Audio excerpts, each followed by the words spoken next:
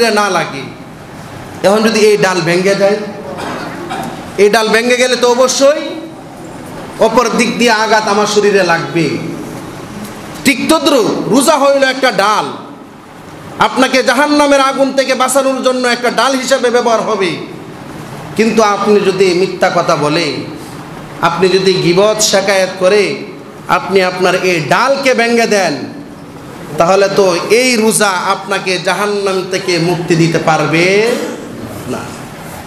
এই কারণে সকলের কাছে উদারত আহ্বান যে আপনারা চেষ্টা করবেন যাতে করে, যেহেতু রোজা রাখতেই আছি, যাতে করে আমার রোজাটা আল্লাহর দরবারে কবুল হয়।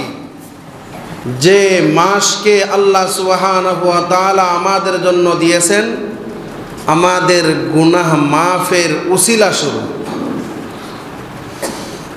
এই রমজান মাস এটা হলো মুমিনের জন্য একটা বরকতময় মাস। এই রমজান মাস এটা হইল মুমিনের জন্য এক মাগফিরাতের মাস। এই রমজান মাস এটা হইল মুমিনের জন্য এক রহমতের মাস। এই রমজান মাস যেটা হইল মুমিনের জন্য জাহান্নাম হইতে মুক্তির মাস। তো এই মাস যখন আসবে তখন আপনা আমার উচিত হইল এই মাসের পরিপূর্ণ কদর করা, এই মাসের মধ্যেই যাতে করে আপনি এবং আমি আমার জীবনের অতীতের গুনাহ মাফ করাইতে পারি সেই প্রস্তুতি নেওয়া। যে আল্লাহ রাসূল সাল্লাল্লাহু আলাইহি ওয়াসাল্লাম বলেছেন যে রমজান মাস যখন আসে তখন আল্লাহ সুবহানাহু ওয়া তাআলা বান্দাদের প্রতি বিশেষ এক নজর দেন, দেখেন কোন বান্দা কি আমল করে। তো বান্দারা যখন রোজা রাখে, আমল করে, তখন আল্লাহ সুবহানাহু ওয়া তাআলা তার বান্দাদেরকে নিয়ে ফেরেশতাদের মধ্যে গর্ব করতে থাকে, দেখো আমার বান্দারা আমার জন্য কত পাগল হয়ে গেছে।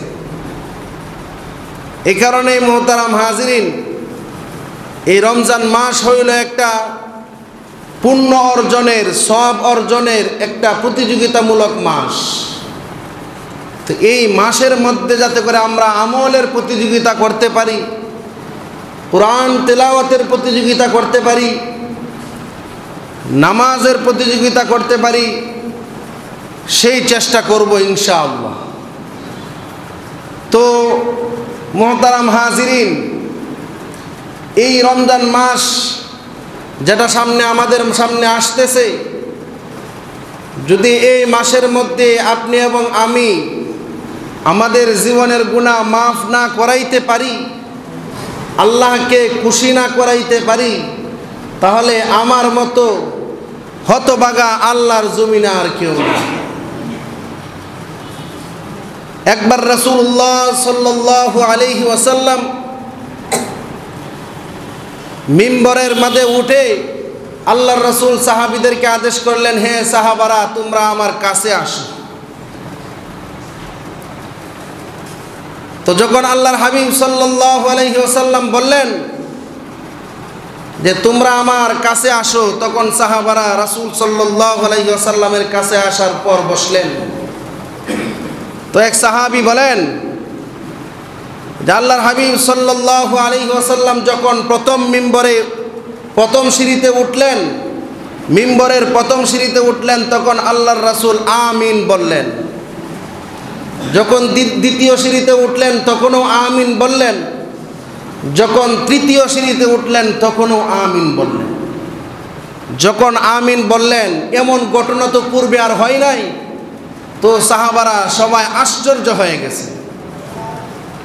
মুহতারাম হাজিরিন, সাহাবারা সকলেই আশ্চর্য হওয়ার পর সাহাবায়ে কেরাম রাসূলুল্লাহ সাল্লাল্লাহু আলাইহি ওয়াসাল্লামকে জিজ্ঞাসা করলেন, হে আল্লাহর রাসূল, আপনি আজকে যে একটা কাজ করলেন, এই কাজ তো আর অতীতে দেখি নাই। সাহাবী রাদিয়াল্লাহু আনহু বললেন, হে রাসূল, আপনি যে আজকে কাজটা করলেন, প্রথম সিঁড়িতে ওঠার পর আমিন বললেন, দ্বিতীয় সিঁড়িতে ওঠার পর আমিন বললেন, মিম্বারের তৃতীয় সিঁড়িতে ওঠার পর আমিন বললেন, এমন কাজ তো আপনি আর ইতিপূর্বে করেন নাই। আল্লাহর হাবিব সাল্লাল্লাহু আলাইহি ওয়াসাল্লাম এই সাহাবীর প্রশ্নের উত্তরে আল্লাহর হাবিব সাল্লাল্লাহু আলাইহি ওয়াসাল্লাম বললেন, শুনো হে আমার সাহাবারা, আজকে যখন আমি প্রথম সিঁড়িতে উঠলাম, উঠার পর জিবরাইল আলাইহিস সালাম একটা দোয়া করলেন। এই দোয়াটা অনুযায়ী, এই দোয়াটা যাতে করে আল্লাহ সুবহানাহু ওয়া তাআলা কবুল করেন, এই কারণে আমি আমিন বললাম। আল্লাহর হাবিব সাল্লাল্লাহু আলাইহি ওয়াসাল্লাম বলেন, আমি যখন প্রথম মিম্বরের প্রথম সিঁড়িতে উঠলাম, উঠার পর যখন প্রথম সিঁড়িতে পা দিলাম, তখন জিবরাইল আলাইহিস সালাম দোয়া করলেন, বদদোয়া করলেন, হে আল্লাহ, যারা রমজান মাস পাইল, মাহে রমজান পাইল, কিন্তু মাহে রমজান পাওয়ার পরেও নিজেদের গুনাহ মাফ করাইতে পারলো না, আপনি তাদেরকে ধ্বংস করে দিন। যখন জিবরাইল আলাইহিস সালাম এই দোয়া করলেন, আল্লাহর রাসূল বলেন, তখন বললাম আমি আমিন, যাতে আল্লাহ এই দোয়াটা কবুল করে নেন। যখন দ্বিতীয় সিঁড়িতে আমি পা দিলাম, দেওয়ার পর সাথে সাথে জিবরাইল আলাইহিস সালাম বলতেছিলেন, হে আল্লাহ, যারা আল্লাহর রাসূল সাল্লাল্লাহু আলাইহি ওয়াসাল্লাম, হে নবী, যারা আপনার নাম শোনার পর আপনার উপর দরুদ শরীফ পড়বে না, তারা ধ্বংস হোক। আল্লাহর রাসূল বললেন, আমি বললাম তখন আমিন।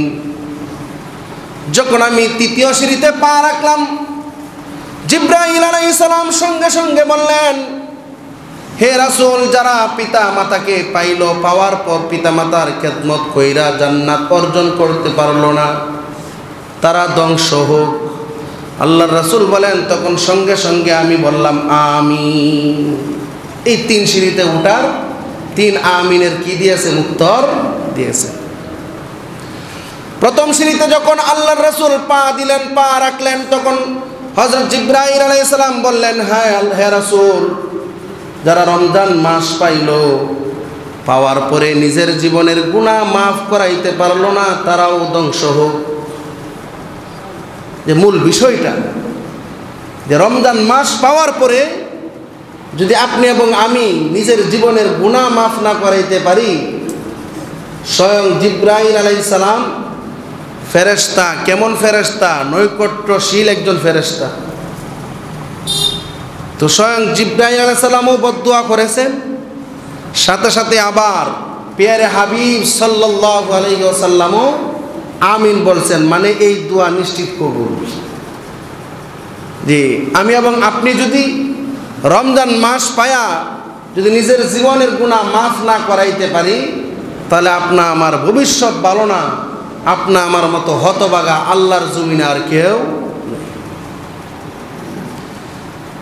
কারণ এক হাদিসের মধ্যে আসছে, আল্লাহর হাবিব সাল্লাল্লাহু আলাইহি ওয়াসাল্লাম বলেন, ইযা জাআ রমাজান ফুতিহাত আবওয়াবুল জান্নাহ। আল্লাহর হাবিব সাল্লাল্লাহু আলাইহি ওয়াসাল্লাম বলেন, যখন রমজান মাস আসে, যখন রমজান মাস আসে, মাহে রমজান আসে, তখন আল্লাহ সুবহানাহু ওয়া তাআলা জান্নাতের প্রত্যেকটা দরজা খুলে দেয়। সুবহানাল্লাহ। যখন রমজান মাস আসে, আসার সাথে সাথে আল্লাহ সুবহানাহু ওয়া তাআলা জান্নাতের দরজা সমূহ খুলে দেয়, জাহান্নামের দরজা সমূহ বন্ধ করে দেয় এবং শয়তানকে শিকলে বেঁধে দেয়। তাহলে এই রমজান মাস আসলো, আল্লাহ জান্নাতের দরজাও খুলে দিল, জাহান্নামের দরজাও বন্ধ করে দেয়। এখন আপনি এবং আমি চিন্তা করি, দেখি, নিজেকে জিজ্ঞাসা করেন যে আগত রমজান মাসে আমি কি জান্নাত উপার্জন করতে পারবো কি না, আল্লাহর সন্তুষ্টি হাসিল করতে পারবো কি না, সেই জিজ্ঞাসাটা নিজেকে নিজে করেন। করার পরে নিজে নিজেই প্রস্তুতি নেন, কারণ সময় কাহার জন্য বসে থাকে না। এই রমজান আল্লাহ যদি হায়াতে রাখে, আমরা যদি পাই, পাওয়ার পর যদি আপনি এবং আমি আমার জীবনের গুনাহ মাফ না করাইতে পারি, আগামী রমজান পাবো কি না সেটার তো কোনো কি নাই, নিশ্চয়তা না। এই কারণে মোহতারাম হাজিরিন, সামনে মাহে রমজান আসতেছে, আপনার আমার উচিত হইল মাহে রমজানের মধ্যেই নিজের অতীতের সমস্ত গুনাহ মাফ করায় না। এক হাদিসে আল্লাহ রাসূল সাল্লাল্লাহু আলাইহি ওয়াসাল্লাম বলেন, আসিয়ামু জুন্নাতুন মা লাম ইয়াখরুকহা। মাহে রমজানে কোনো বান্দা যদি রোজা রাখে, আমার কোনো উম্মত যদি রোজা রাখে, তাহলে এই রোজাটা তার জন্য ডাল স্বরূপ হয়ে যায়। আমরা সমাজের মধ্যে দেখি যে আমরা সমাজে যে ডাল ব্যবহার করি, ডাল দ্বারা উদ্দেশ্য হইল যে এই ডাল যদি আমার হাতে থাকে তাহলে প্রতিপক্ষের কোনো আঘাত আমার শরীরে লাগবে না। ঠিক তদ্রূপ কোনো বান্দা যদি রোজা রাখে, ওই রোজাটাও তার জন্য ডাল হয়ে যায়। অর্থাৎ রোজা রাখছে, তার দ্বারা গুনার কাজ হবে না, রোজাই তাকে গুনাহ থেকে বারণ করবে। সাথে সাথে আল্লাহ রাসূল সাল্লাল্লাহু আলাইহি ওয়াসাল্লাম বলেন, মা লাম ইয়াখরুকহা, রোজা ডাল স্বরূপ, তবে যদি তা ফারিয়ে ব্যঙ্গে না দেয়। সাহাবায়ে কেরাম জিজ্ঞাসা করলেন, হায় আল্লাহর রাসূল, রোজার যে ডাল আছে এই ডাল আবার কিভাবে ভাঙ্গে? আল্লাহ রাসূল সাল্লাল্লাহু আলাইহি ওয়াসাল্লাম বললেন, যে রোজার যে ডাল আছে এই ডাল ভেঙে যায় দুই কারণে। কয় কারণে? এক নাম্বার হইল মিথ্যা কথা বলার কারণে, দুই নাম্বার হইল গীবত শিকায়াত করার মাধ্যমে রোজার ডাল ভেঙে যায়। অর্থাৎ কোনো বান্দা যদি রোজা রাখার পর যদি মিথ্যা কথা বলে, তার সে রোজা রাখলো কিন্তু এই রোজা রাখার দ্বারা রোজা যে একটা ডাল, সেই ডাল ভেঙে গেল। কোনো বান্দা যদি রোজা রাখার পর গীবত শিকায়াত করে, অন্যের বিষয়াদি নিয়ে, অপছন্দ বিষয়াদি নিয়ে পরস্পরে মানুষের সামনে তার অনুপস্থিতি আলোচনা করে, সে যে এই গীবতটা করলো, গীবত করার দ্বারা রোজার যে তার ডাল আছে এই ডাল ভঙ্গ হয়ে যায়। এই কারণে মোহতারাম হাজিরিন, রোজা যেহেতু রাখতেই আসি, আপনার আমার উচিত হইল রোজাটা যাতে করে সহিহ হয়, বিশুদ্ধভাবে রাখতে পারি, সেই চেষ্টা করব তো ইনশাআল্লাহ। এই কারণে উলামায়ে মাশায়েখগণ তারা বলেন, রোজা রাখার কিছু আদব আছে, অর্থাৎ রোজা রাখার পর ওই রোজাটা বিশুদ্ধ হওয়ার কিছু আদব আছে। উলামায়ে কেরাম বলেন, কোন রোজাদার যদি রোজা রাখার পর 6টা আদব তার ভিতরে রাখে, তাহলে সে আল্লাহর বন্ধু হিসাবে গ্রহণীয় হয়ে যায়। সুবহানাল্লাহ। কয়টা আদব?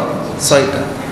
আল্লাহর হাবিব সাল্লাল্লাহু আলাইহি ওয়াসাল্লাম বলেন, আসিয়ামু জুন্নাতুন মা লাম ইয়াখরুকহা, রোজা হয় ডাল, অতএব এই ডালকে তোমরা ভাঙো না।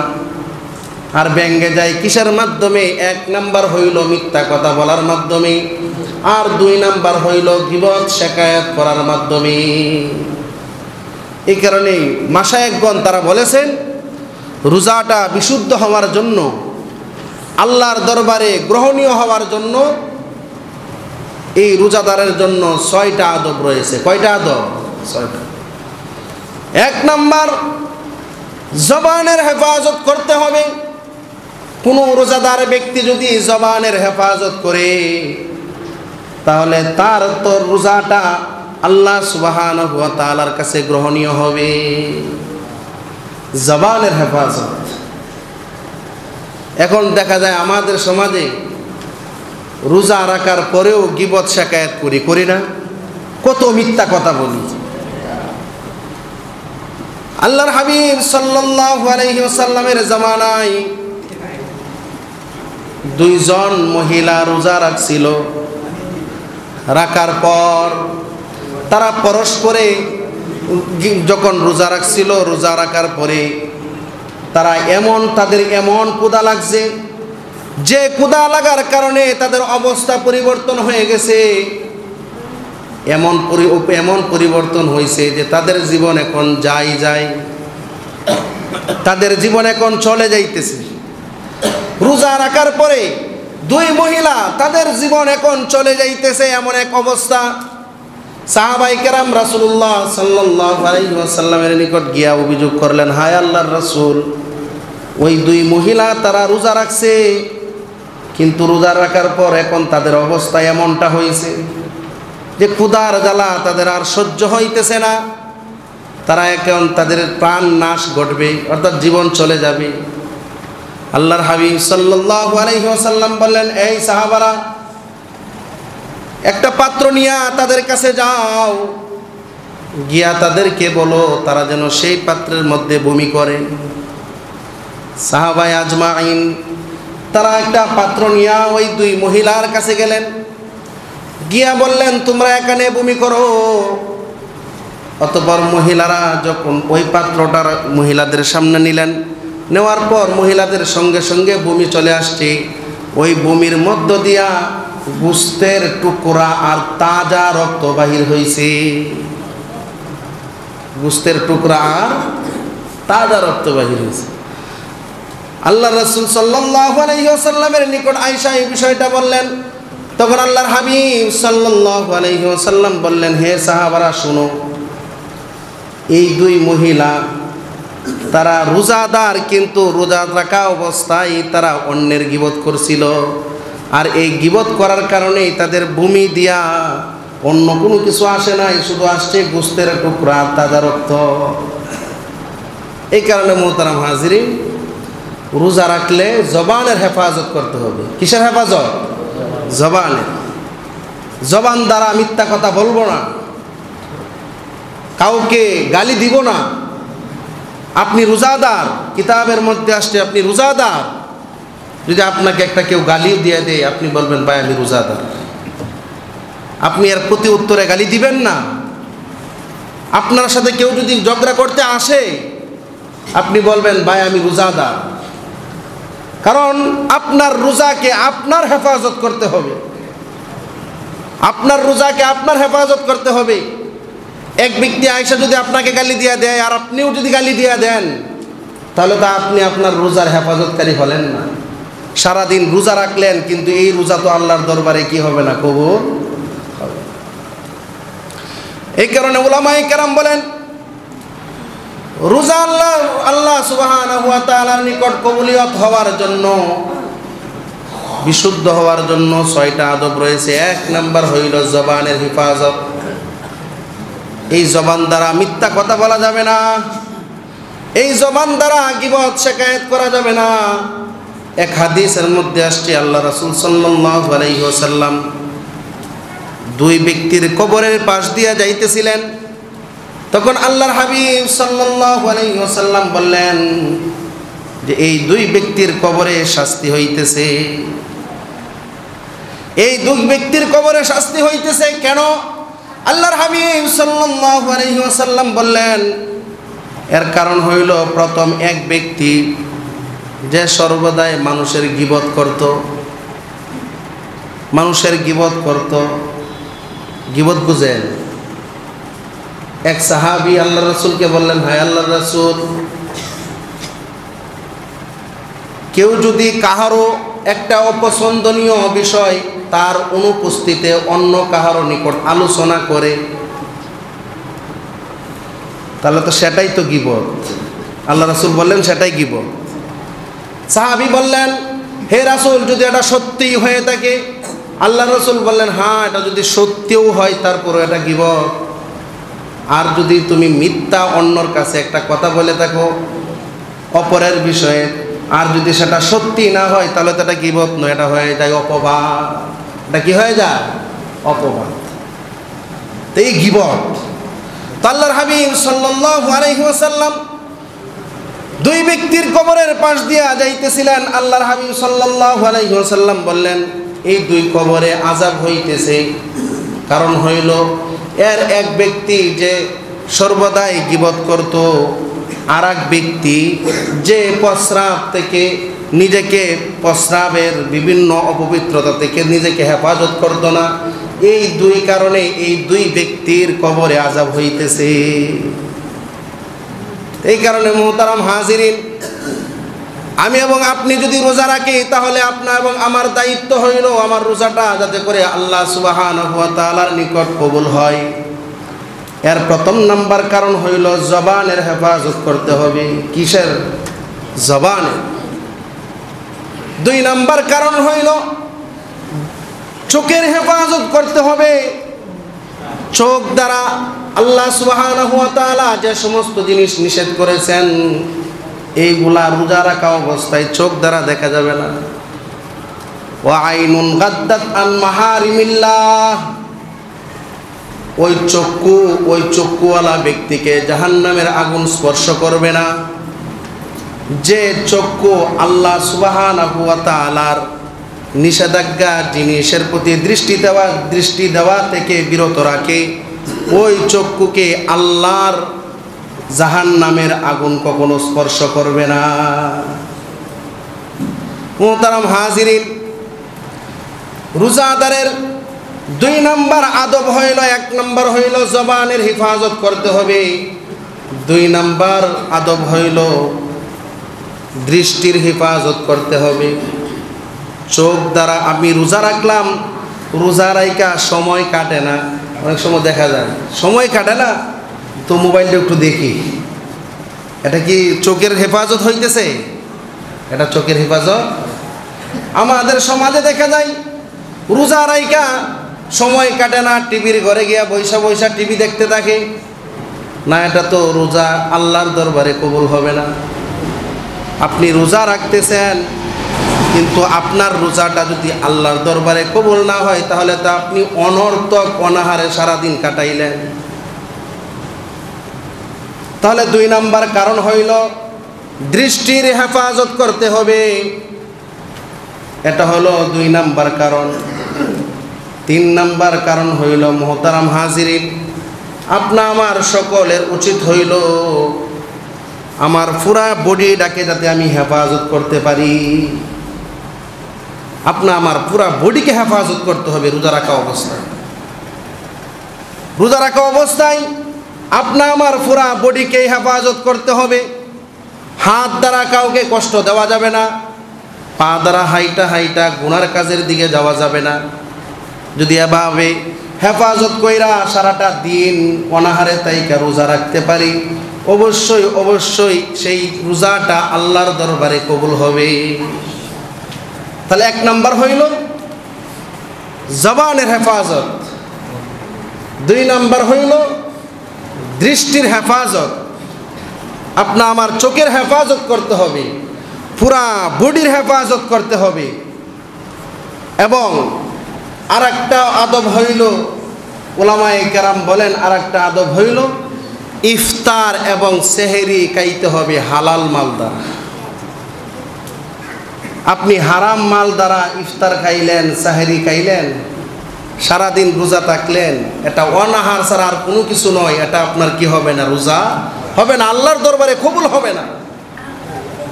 এই কারণে যতটুকু সম্ভব চেষ্টা করা যাতে করে আমার ইফতারটা, আমার সাহরিটা যাতে করে হালাল মাল দ্বারা হয়। কিসের দ্বারা হয়?